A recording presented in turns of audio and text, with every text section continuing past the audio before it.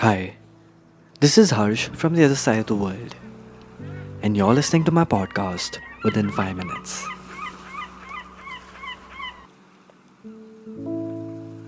When 2023 started, I had no idea what this chapter would look like for me.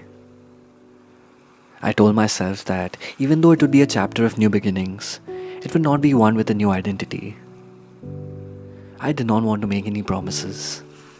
I did not want to be different. I just wanted to grow. There was nothing wrong with the person I was becoming, but there was so much I still had to understand about myself. I wanted to discipline myself enough to keep doing the things I started. I wanted to be amazed by new experiences and pivot myself to include them in my life. I wanted to witness life surprising me and manifest all the little things I've been dreaming about. But life is not a fairy tale, and last year wasn't the breakout year I always hoped for.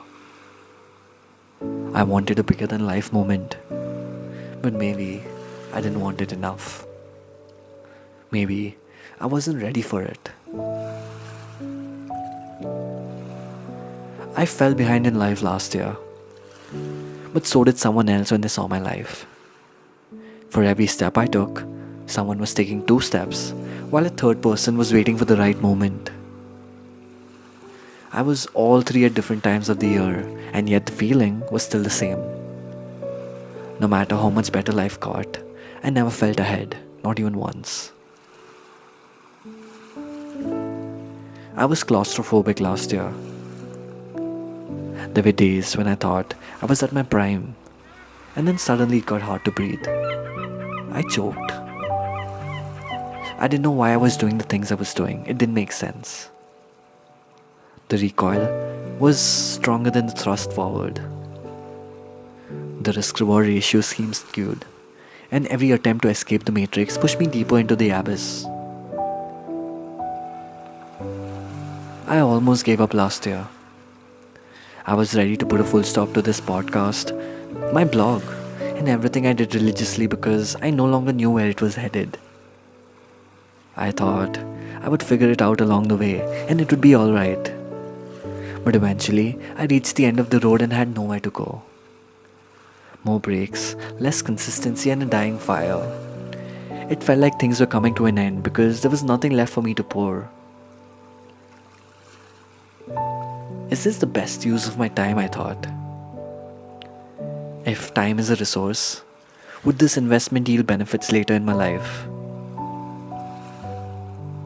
It was a year of battles, within and outside my mind.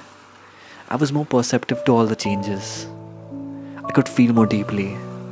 I could understand more clearly. Everyone was fighting the same battles but in different intensities. Everyone was growing old. When you look at where you are now and where you want to be, it feels like there's so much more left to do with the life you have left. I felt it too. I felt like I was losing time. A whole year passed by and there was nothing remarkable to be proud of. Rather, I almost decided to give up on what made me different, even if it was to construct thoughts into a certain flow. But I wouldn't want it any differently. Last year, even though not my most impressive year, there's nothing I would have done differently. My mind is as clear as the white pages of my answer sheet.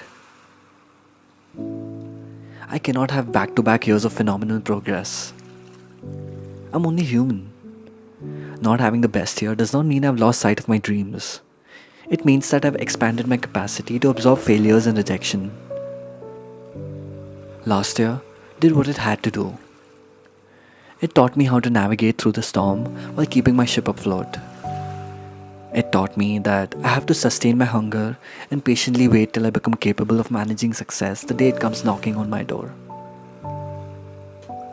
Overnight success cannot be called success if I don't know how to handle it.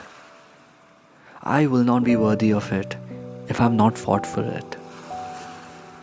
And last year reminded me that every time I choose to work towards my dream, I'm slowly becoming worthy of what I want for myself. Everything has a place and a time.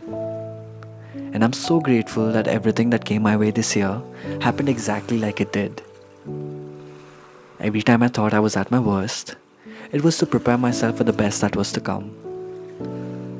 Sometimes, when I extensively planned for something to happen a certain way, it went incredibly wrong. But other times it went incredibly right, and I couldn't have thanked my stars enough. What I realized is that I just have to work towards my best interests, believing that I will attract what I deserve. Life may throw a storm our way now and then, but that's only to make sure we are worthy to claim the bounty on the other side.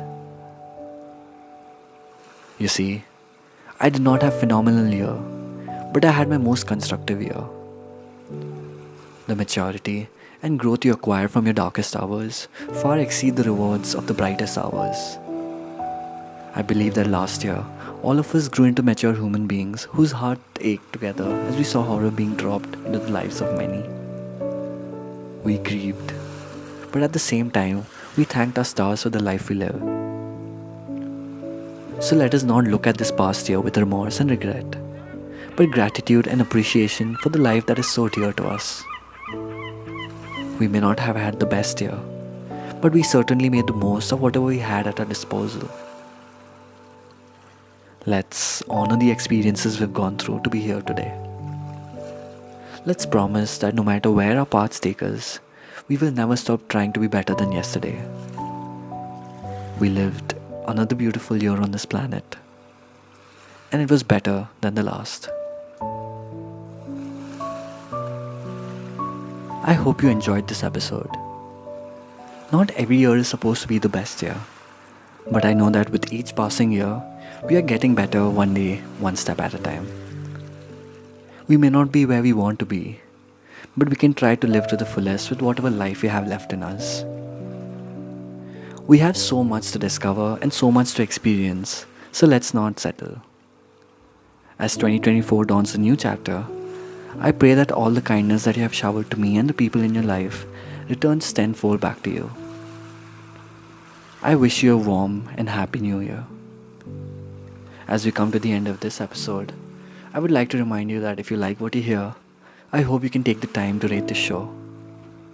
You can also show support by joining my free Patreon community or just dropping me a message on how much this meant for you. I'll see you in the next episode. Ciao. Bye.